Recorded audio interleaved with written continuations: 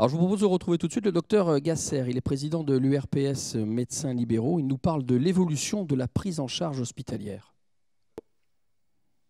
Patrick Gasser, je suis gastro-entérologue aux Nouvelles Cliniques Nantaises et je suis président de l'URPS des Pays de la Loire, des médecins libéraux. Alors, je suis désolé tout d'abord de ne pas être présent avec vous pour ces premières journées régionales de l'hospitalisation privée. Vous allez aborder sur cette dernière table ronde l'évolution des prises en charge dans l'hospitalisation privée et plus particulièrement dans les 10 années à venir. Je crois qu'aujourd'hui, il faut faire trois constats, qui est premièrement l'évolution des technologies, et je pense que vous allez en parler, car cela modifie nos prises en charge de façon notable, et on le sait déjà depuis plusieurs années, à travers notamment la cédiochirurgie et demain la microchirurgie, que les prises en charge vont évoluer de façon importante. Le deuxième constat, c'est l'évolution de la société et l'évolution des patients. Les patients veulent plus de proximité, tout en ayant un meilleur soin, avec une sécurité et une prise en charge optimale. Le dernier élément, c'est celui des contraintes économiques qui vont nous pousser de plus en plus à faire de l'ambulatoire et donc à changer nos prises en charge des patients. Globalement, ma vision, c'est l'enjeu de l'hospitalisation privée demain qui doit être porté sur l'interprofessionnalité avec une réflexion territoriale dans le cadre d'une communication beaucoup plus large. Et pour terminer, simplement deux mots. Soyons innovants et entreprenants. Merci et je vous laisse à vos débats qui, je suis sûr, nous apporteront des solutions pour demain. Débat, discussion, en tous les cas, oui, c'est vrai, présentation de ce qui nous attend. Et nous sommes avec Bernard Bensadoun. Vous êtes le directeur général délégué de la Polyclinique de l'Atlantique. Soyez le bienvenu sur ce plateau. Jérôme Paulet, bonsoir, bonjour. Ça avance, puis c'est le temps qui me fait dire ça. Vous êtes chargé des projets hospitalisation à domicile du groupe Noblage. Martine Jouin-Bernier, vous êtes représentante ici de l'URPS IDE, les infirmières libérales. Voilà. Le docteur Aligon, vous êtes le président de la commission régionale des présidents de CME de l'hospitalisation privée. De conférence. Ah, autant pour moi, alors j'avais commission. Si c'est conférence, bon, j'accepte, il n'y a pas de problème. Parce que les commissions, c'est à l'hôpital public. D'accord. Donc conférence, hôpital privé. Voilà. D'accord. Monsieur Bensadoun, on va commencer par vous. Dans 10 ans, ce sera l'ambulatoire. Je dirais pas la mode, hein, parce que pas, mais le réflexe sera l'ambulatoire. Et qu'est-ce que l'ambulatoire? Vous avez déjà raison de dire que ce n'est pas un effet de mode. Ouais. Je compléterai en disant que ce n'est pas une fin en soi l'ambulatoire, c'est un changement profond de nos pratiques professionnelles qui est la résultante de beaucoup d'évolutions et d'évolutions dans différents secteurs. On l'a dit dans la première partie de cette émission, il y a quand même une évolution technologique évidente et on intervient de moins en moins à ciel ouvert, comme vous l'avez dit. On est dans des techniques qui sont de moins en moins invasives. On a parlé du micro-invasif. Vous avez vu qu'avec ce robot, on rentre par deux petits trous dans le patient, si bien que les suites opératoires, elles s'en trouvent très nettement simplifiées. Et ça a également été dit, les patients sont sur pied bien plus rapidement et peuvent retourner chez eux assez rapidement. Ces évolutions technologiques, elles touchent également d'autres domaines, le domaine de l'anesthésie. Aujourd'hui, on assomme sans doute moins les patients qu'on les anesthésiait il y a 20 ans. Et là aussi, la récupération est beaucoup plus rapide. Après, se dire que finalement, du point de vue du patient, les prises en charge courtes, c'est une bonne chose. Et ce n'est pas moi qui le dis, ce sont les enquêtes qui sont faites auprès des patients. Ils préfèrent rester peu de temps à l'hôpital. Alors, ça s'explique. Déjà, rester peu de temps à l'hôpital, ça dédramatise la prise en charge. Ça veut dire qu'on y vient pour quelque chose d'assez simple. Ensuite, on a quand même entretenu le patient dans l'idée que l'hôpital, si on y passait un peu trop de temps, ça pouvait être dangereux. On pouvait y contracter des infections nosocomiales. Donc plus vite on en sort, mieux c'est pour le vécu du patient. Et puis il y a une autre dimension, c'est que de plus en plus, les patients aiment être acteurs de leur santé. Vous savez très bien que parmi les sites qui sont les plus consultés. Il y a Doctissimo. Les gens aiment bien savoir ce qu'on leur fait. Ils sont acteurs de leur santé. Ils attendent des professionnels de santé à être formés, à être informés sur leur pathologie et à être eux-mêmes le relais de leur prise en charge, y compris lorsqu'ils vont subir une intervention, lorsqu'ils viennent en médecine ambulatoire et qu'ils vont revenir chez eux. Ils aiment être au cœur de leurs préoccupations et acteurs de leur prise en charge et de leur santé. Donc ce sont tous ces éléments qui font que finalement l'ambulatoire s'inscrit dans le sens de l'histoire. Oui, mais n'empêche, vous êtes directeur général d'une clinique. Qui dit clinique dit entreprise. Moins de gens dans la clinique, c'est moins de chiffre d'affaires pour vous. S'il reste moins longtemps.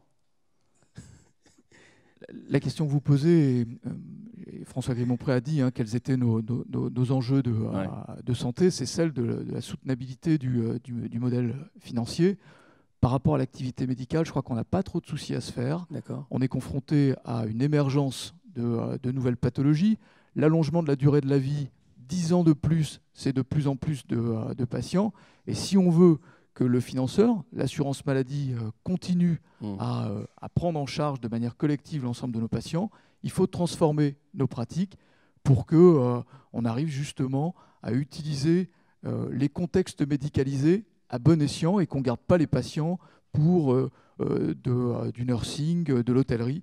Donc c'est ça aussi l'ambulatoire, c'est se recentrer sur des prises en charge médicalisées qui finalement, ce sont elles qui coûtent à la collectivité. Puis l'ambulatoire, ce ne sera pas pour tout le monde non plus.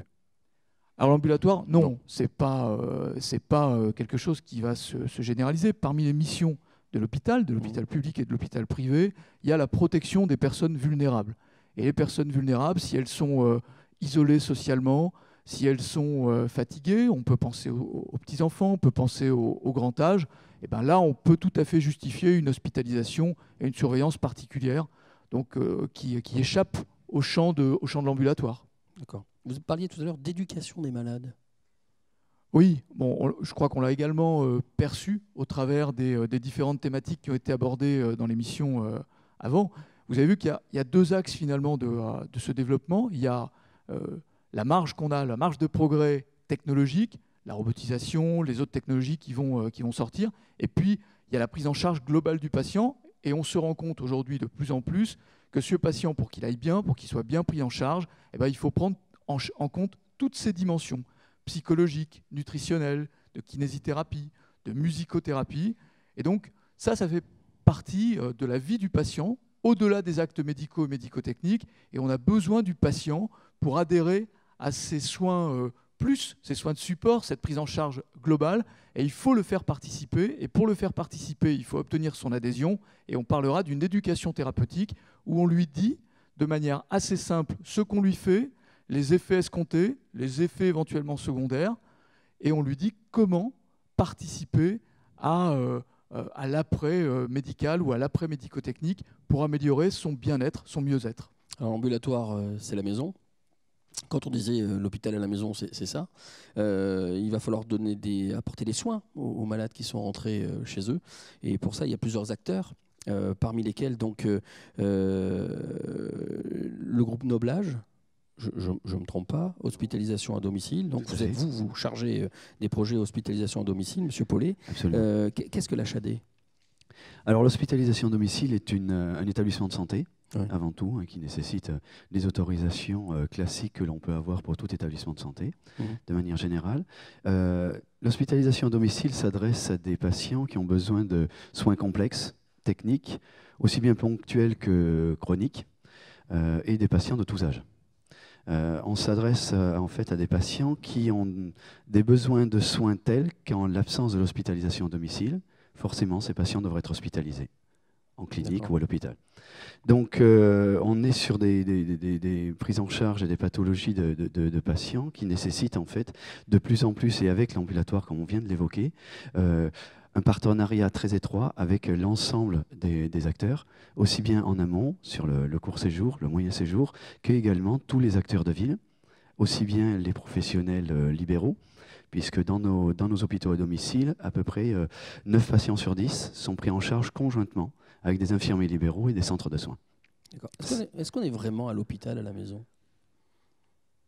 Alors, on est chez soi, effectivement. Alors, c'est effectivement ce qui fait une différence importante. C'est ce qui provoque à la fois le plaisir et la difficulté de l'hospitalisation à domicile. C'est-à-dire qu'on doit organiser toute une série de ressources, de personnel, de matériel à distance, avec des professionnels qui se déplacent au chevet du patient, tout en apportant quand même des techniques de prise en charge, bien souvent travailler en amont avec les cliniques et les hôpitaux, avec des professionnels salariés qui se forment aux nouveaux protocoles, qui, si les infirmiers libéraux le souhaitent, en cascade, on peut avoir un apprentissage commun de ces techniques que l'on développe au chevet du patient.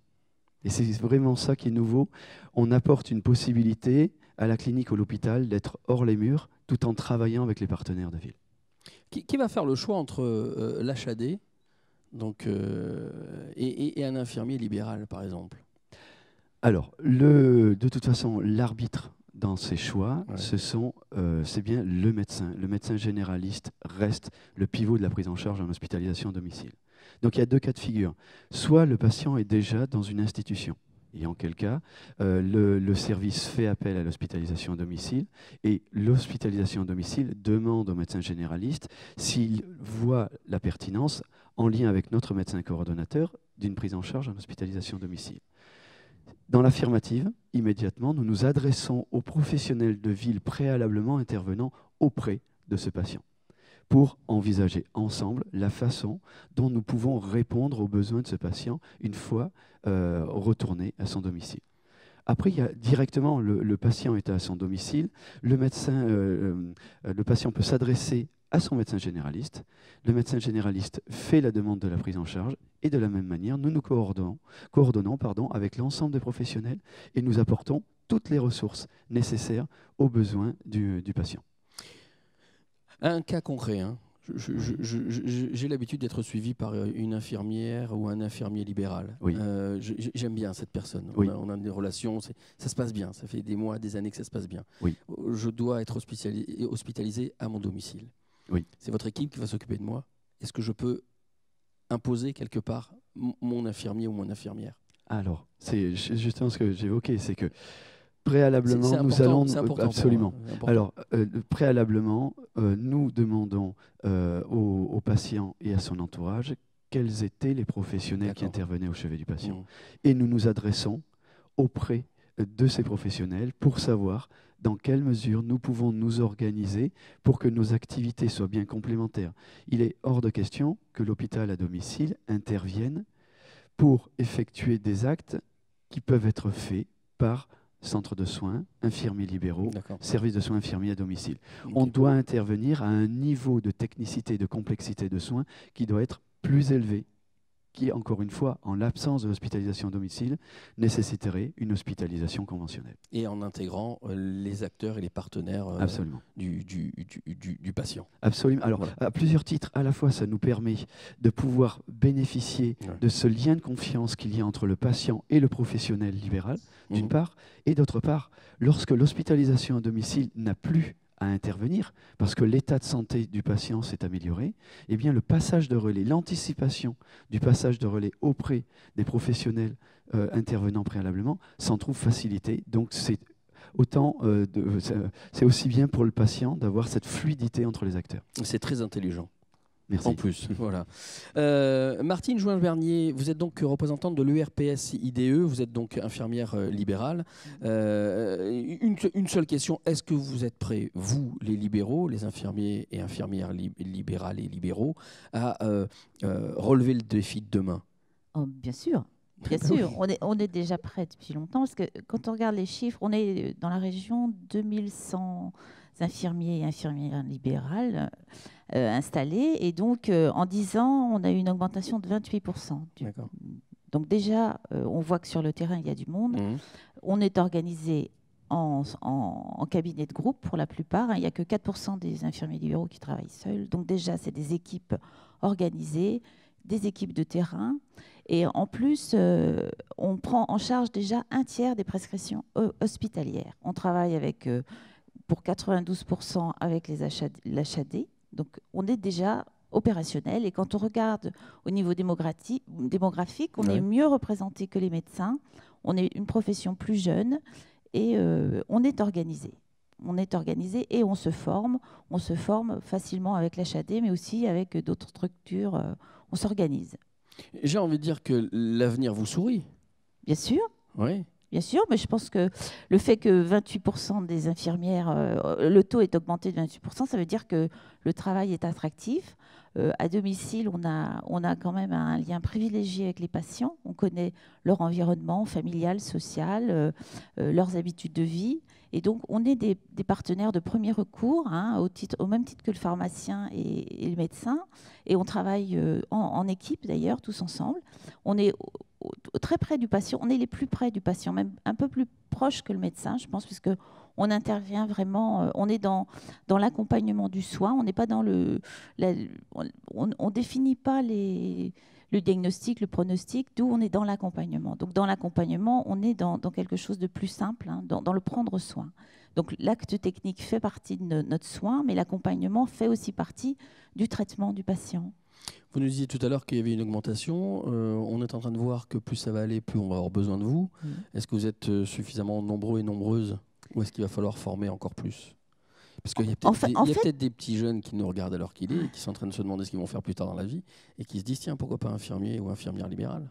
Je pense que, d'une part, je pense qu'il y a aussi l'attractivité qui se fait de la part des professionnels qui étaient dans des structures, puisque tous ces infirmiers libéraux sont sortis obligatoirement d'une structure hospitalière, parce qu'il faut un minimum de 3 ans d'activité en hôpital avant de pouvoir s'installer en libéral. Donc déjà, c'est des gens qui sont sortis et c'est des gens qui se sont rendus compte qu'on n'était plus dans le même temps que dans l'hôpital. Je pense que les choses sont venues beaucoup plus techniques, beaucoup plus rapides dans les hôpitaux. Nous, on est dans le prendre soin du patient. Donc c'est attractif au niveau de notre ressenti de notre profession propre. Hein. C'est vraiment l'infirmier, c'est quelqu'un qui accompagne la personne dans le soin, qui le soigne.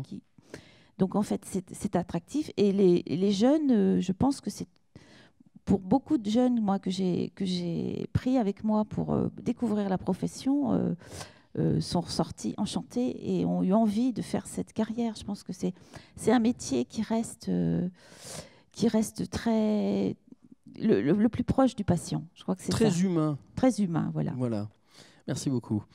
Docteur Aligon, alors comment les médecins s'adaptent-ils aux évolutions culturelles de la patientèle? Parce qu'on l'a dit, Internet, Doctissimo, pour ne pas le citer, et les autres. On vient vous voir maintenant, bientôt. Moi, j'ai un camarade médecin qui m'expliquait que bientôt, certains patients vont lui expliquer ce qu'ils ont. Voilà, je viens vous voir parce que j'ai ça. Non, mais vous n'avez pas forcément. Mais si, je l'ai lu sur Internet. Et comment est-ce que vous adaptez aussi aux évolutions des organisations des établissements de santé? C'est vrai qu'il y a du changement qui est nécessaire et que changer, c'est toujours difficile. Mais quand on voit déjà, puisque là on se projette sur 10 ans en avant, quand on voit le changement de nos établissements, nos organisations et des médecins à l'intérieur 10 ans en arrière, on s'aperçoit qu'on a vraiment une réactivité qui est vraiment propre à notre secteur, non seulement pour les organisations, mais aussi pour les médecins. On a vu des individualités brillantes ce matin, sympathiques, des gens dynamiques qui ont évolué. Mais ils n'ont pas évolué tout seuls. Ouais. Ils ont évolué avec des équipes pluridisciplinaires, c'est-à-dire c'est des médecins d'autres disciplines, les cardiologues, les anesthésistes pour les chirurgiens. Il y a plein d'autres disciplines, pluriprofessionnelles, parce qu'on est là avec non seulement des médecins, mais aussi les équipes soignantes, les infirmières dans les institutions, dans les établissements, les aides-soignantes, les équipes hôtelières, administratives. Il y a donc tout un collectif. Alors, au niveau des médecins, cette évolution, elle est organisée par, justement, ce dont on parlait tout à l'heure, les conférences médicales d'établissement. C'est-à-dire ce qui est chargé d'organiser le travail collectif des médecins. Dans toutes les professions, il y a des organisations collectives. Nous, ça s'appelle comme ça, conférence médicale d'établissement. Et c'est au sein de ces organisations, avec tous les outils de développement professionnel continu, d'évaluation des pratiques professionnelles, c'est des dispositifs très complexes, mais qui permettent d'évoluer et de s'adapter au changement. Vous êtes prêts ? On est en constante évolution. Et on est en constante évolution. Et même ces dispositifs-là sont en constante évolution et on s'adapte justement aux changements futurs. D'accord. Monsieur Grimont-Pré, on va terminer avec vous. Est-ce que vous avez des choses à dire sur l'hospitalisation de demain ? Tout ce qui a été dit là. Oui, j'ai beaucoup de choses à dire. mais peut-être accentuer sur une chose que je retiendrai en synthèse, c'est qu'indéniablement, il va falloir que l'on apprenne collectivement à beaucoup mieux travailler ensemble. On voit bien tout ce qui a été exprimé ce matin, c'est vraiment le faire ensemble. Donc, il y a des nouveaux professionnels qui interviennent par rapport à une prise en charge globale. Ça remet en cause des organisations. La dynamique du progrès permet des prises en charge ambulatoires, mais ça veut dire qu'il faut qu'on fasse le relais. Parce que ce n'est pas tout que l'intervention se fasse sur la journée, mais qu'est-ce que je fais le soir, qu'est-ce que je fais le lendemain. Ce n'est pas forcément immédiatement un retour à domicile.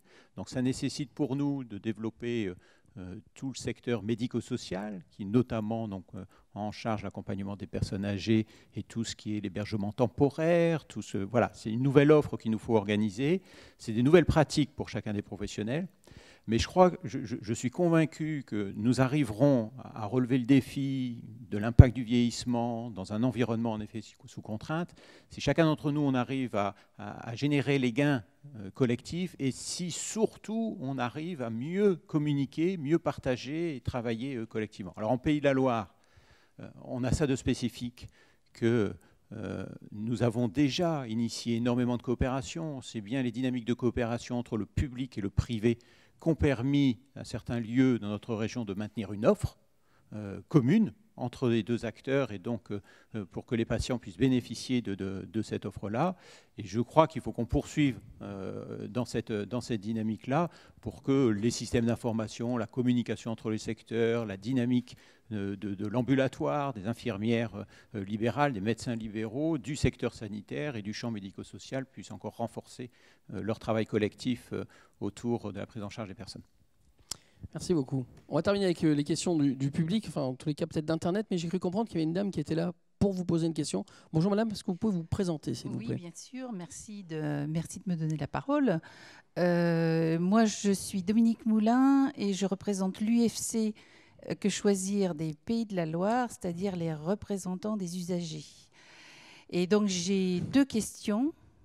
La première va être une innovation organisationnelle déjà un petit peu ancienne et une autre plutôt sur le versant social puisque j'ai été visiter votre site et que j'ai vu que le social était mis à l'honneur sur votre site. Donc la première question concerne l'historique du patient, la possibilité non seulement de le voir dans toutes ses composantes mais aussi dans son historique.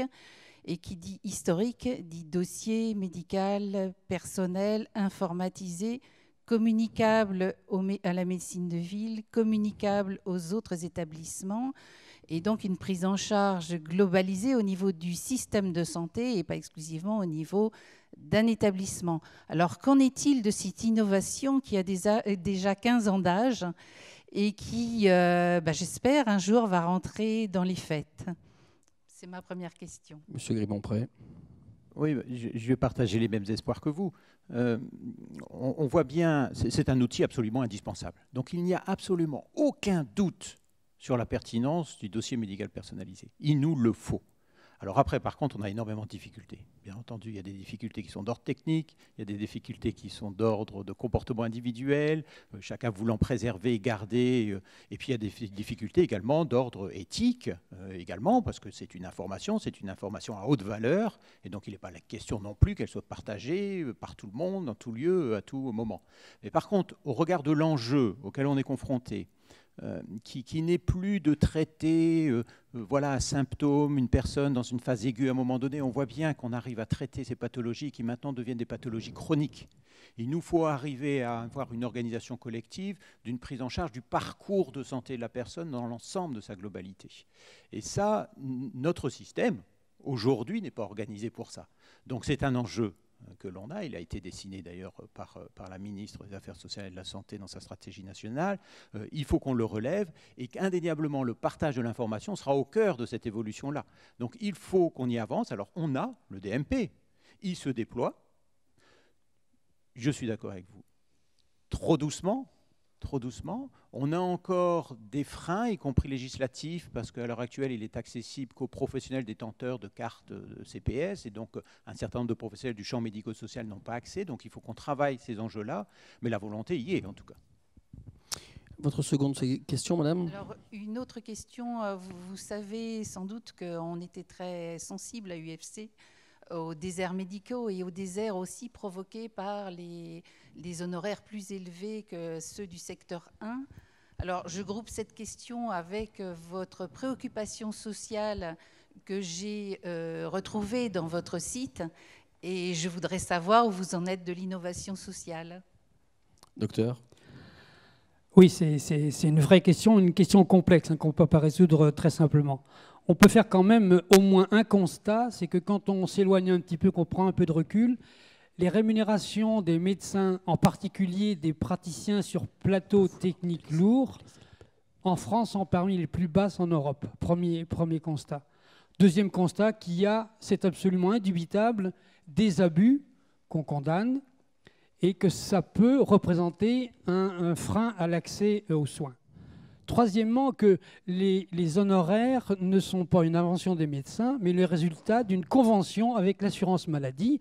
Et c'est Madame Assurance Maladie qui a inventé le secteur 2 avec ce qu'elle appelle les dépassements, ce qu'on appelle, nous, les compléments d'honoraires, parce qu'au regard des contraintes, des charges, des responsabilités des praticiens, il y a une nécessité, puisque les tarifs de base sont bloqués, qu'il y ait des compléments d'honoraires. Alors, les pistes, une fois qu'on a dit ça, c'est d'abord que pour un certain nombre de situations, les bénéficiaires de la CMU, les bénéficiaires de l'aide à l'acquisition du complémentaire santé, normalement, il ne doit pas y avoir de dépassement d'honoraires, de complément d'honoraires. Deuxièmement, qu'une modération de ces dépassements est toujours possible sur une demande individuelle avec le praticien. Et puis troisièmement, il y a des démarches collectives qui sont enclenchées, au-delà d'accords locaux qui ne sont jamais pérennes, et c'est le fameux contrat d'accès aux soins qui, en échange d'une modération des dépassements, permet une prise en charge un petit peu améliorée par les mutuelles. Et donc c'est quelque chose qui a été signé entre les syndicats médicaux, l'assurance maladie, avec l'aval de la ministre, et on espère que ça va répondre à cette préoccupation sociale que nous partageons. Cela vous convient, madame ? Merci. Merci beaucoup d'être venu nous voir, merci. On va donc conclure cette émission maintenant avec Alain Folzer, le président de la FHP des Pays de la Loire. Alors, 2 heures de discussion ouverte. On avait prévu 1h30 d'ailleurs. Hein. Oui, on a été généreux. C'est d'abord le gros avantage de la télévision par web, parce qu'on n'a pas le JT, donc on ne peut pas être coupé. On fait un peu ce qu'on veut. Donc c'est un gros avantage. Tout d'abord, merci beaucoup à tous les intervenants qui ont alimenté ces 2 heures de débat et qui ont été, je pense, riches et qui montrent clairement le dynamisme de l'hospitalisation privée, puisque tant au niveau de la technologie que de la prise en charge, de la prospective, les établissements privés sont présents. C'est vrai que nous avons un certain nombre de revendications vis-à-vis de nos tutelles, et François Grimonpré les connaît bien, puisqu'on échange souvent dessus. C'est qu'à ce niveau technologique, à ce niveau de prise en charge, nous sommes toujours les parents pauvres de la prise en charge hospitalière, parce qu'il faut quand même rappeler, pour que tout le monde le sache bien, c'est que ce secteur est d'une efficience redoutable, puisque globalement 25% moins cher que nos collègues du secteur public. Je pense qu'il faut le dire, il faut que tout le monde le sache. Donc un grand merci pour la qualité de ces échanges. Je crois que ce plateau a été au cœur de l'innovation. J'ai envie de dire, finalement, on a fait le premier pas. D'autres pas viendront. Pourquoi ? Parce qu'il faut communiquer vis-à-vis des usagers. Il faut communiquer entre nous, comme l'a dit François Grimonpré. Il faut qu'on échange pour qu'on soit réellement capable d'assurer le rôle qui est le nôtre, c'est la prise en charge de nos concitoyens. Alors, je voudrais terminer par un petit clin d'œil. Voilà, je crois qu'il faut que tout le monde se souvienne bien qu'il faut aimer ces établissements, et c'est comme ça que nous continuerons à progresser. Merci beaucoup à tous. Merci beaucoup. Et tiens, on en profite pour dire que dans 25 établissements de la région, il y a donc des animations qui vont se dérouler. L'émission était le starter de tout ça. Je l'ai dit en démarrage de mes propos. Il faut savoir qu'aujourd'hui, il y a une vraie dynamique qui a été créée à l'intérieur de ces établissements, puisque 25 établissements suivent le mouvement. Plus de 150 animations et ateliers pour montrer aux usagers où en sont les établissements des Pays de la Loire. Donc pour aimer votre clinique, apprenez à la connaître. Absolument. Voilà, merci beaucoup. Merci. On se dit à très vite. Hein. Visiblement, on aura d'autres rendez-vous dans les mois et les années qui viennent. Prenez soin de vous. À bientôt. Au revoir.